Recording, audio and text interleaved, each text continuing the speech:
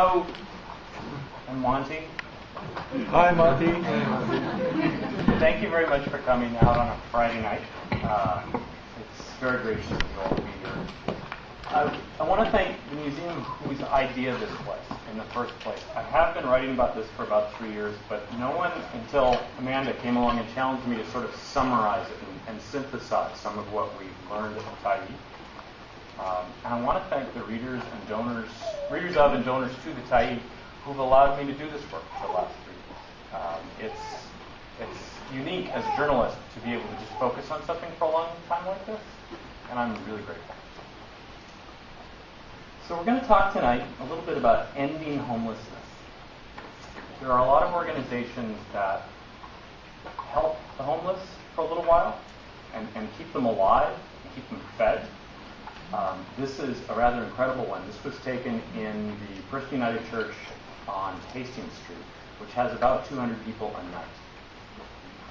What we're going to look at tonight, though, is less the effort to keep them alive for another day, but more a question of how we can actually end this. I'm new to this presentation, so great.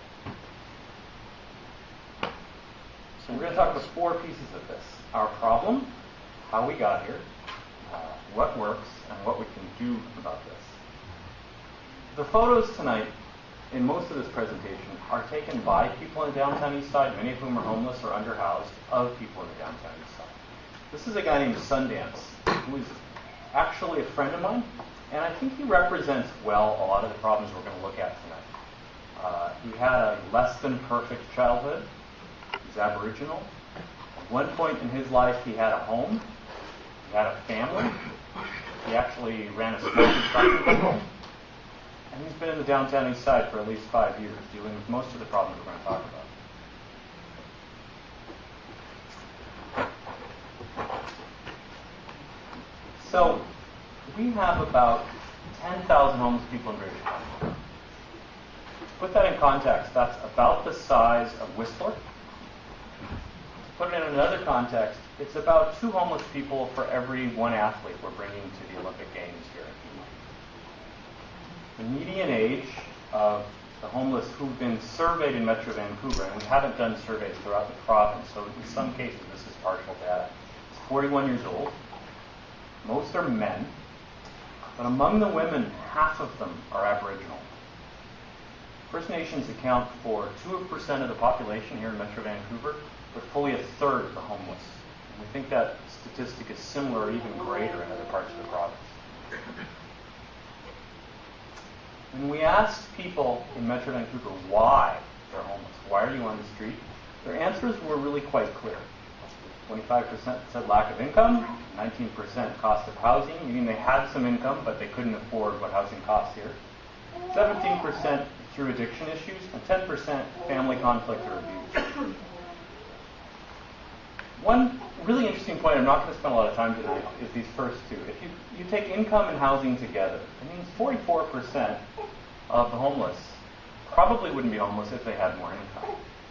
And if we were to, we could have another interesting evening talking about what would happen if we raised minimum wages, raised the welfare rates.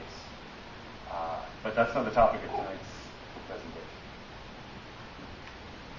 The other interesting thing the survey asked, and this was the spring of 08, if I remember, was where are you from? Because there's this myth in Vancouver that so many of our homeless are coming here from other provinces. 80% of the people surveyed lived in the same city for more than a year. 61% lived in the same city for 5 years, and 46% for 10 years. I'd be curious how many rooms in Vancouver we could find 46% of the room had lived in the same place for 10 years. The homeless tend to stay where they lived before they were homeless. And when you talk about the 20% who are not, most of them were moved around not because they decided to take a bus to Vancouver. They were moved around to the federal prison system or the provincial jail system. Very few came of their own will.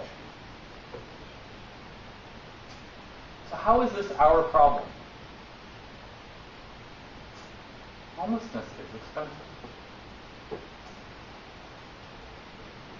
If you're walking down the street or driving and you see someone in distress.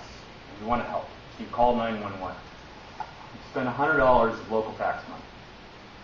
If the police arrive and they agree this person is not ready to go to jail but shouldn't be left on the street, they will probably call an ambulance. That's their best option. That's another $400. The ambulance drivers and technicians agree this person's not ready to go back to the street, certainly not appropriate to go to jail, they'll take them to hospital. There's another $800. And that's just for the first night. It gets more if there turns out to be a serious problem. So that helping call costs taxpayers $1,300. Many long-term street homeless people have that kind of call placed about them on a regular basis, every couple weeks, every week. As a result of that kind of expense and others, estimates suggest that the average homeless person is costing taxpayers between $55,000 and $135,000 a year. These are different surveys, so it's a wide range. And I think it's worth noting that there are certainly homeless people, maybe in the interior or living in the woods, that are costing somewhat less. And there are absolutely homeless people here in Vancouver who have been on the street for a long time and are deeply involved in drugs and crime who are costing more. So the average is probably about right. Now remember a few slides ago we talked about 10,000 homeless people in British Columbia and about, let's take a median of about $100,000 a year. We're spending $1 billion. We're spending about $1 billion a year. Cheaper than the Olympics. Well, funny you should mention that, Gar. We're spending about $1 billion a year on the Olympics as well. Vancouver Sun had a big headline recently, $6 billion in 6 years. It'd be interesting to see how surprised the Sun would be to discover we're also spending $6 billion in the same period of time on homelessness. And it's deadly.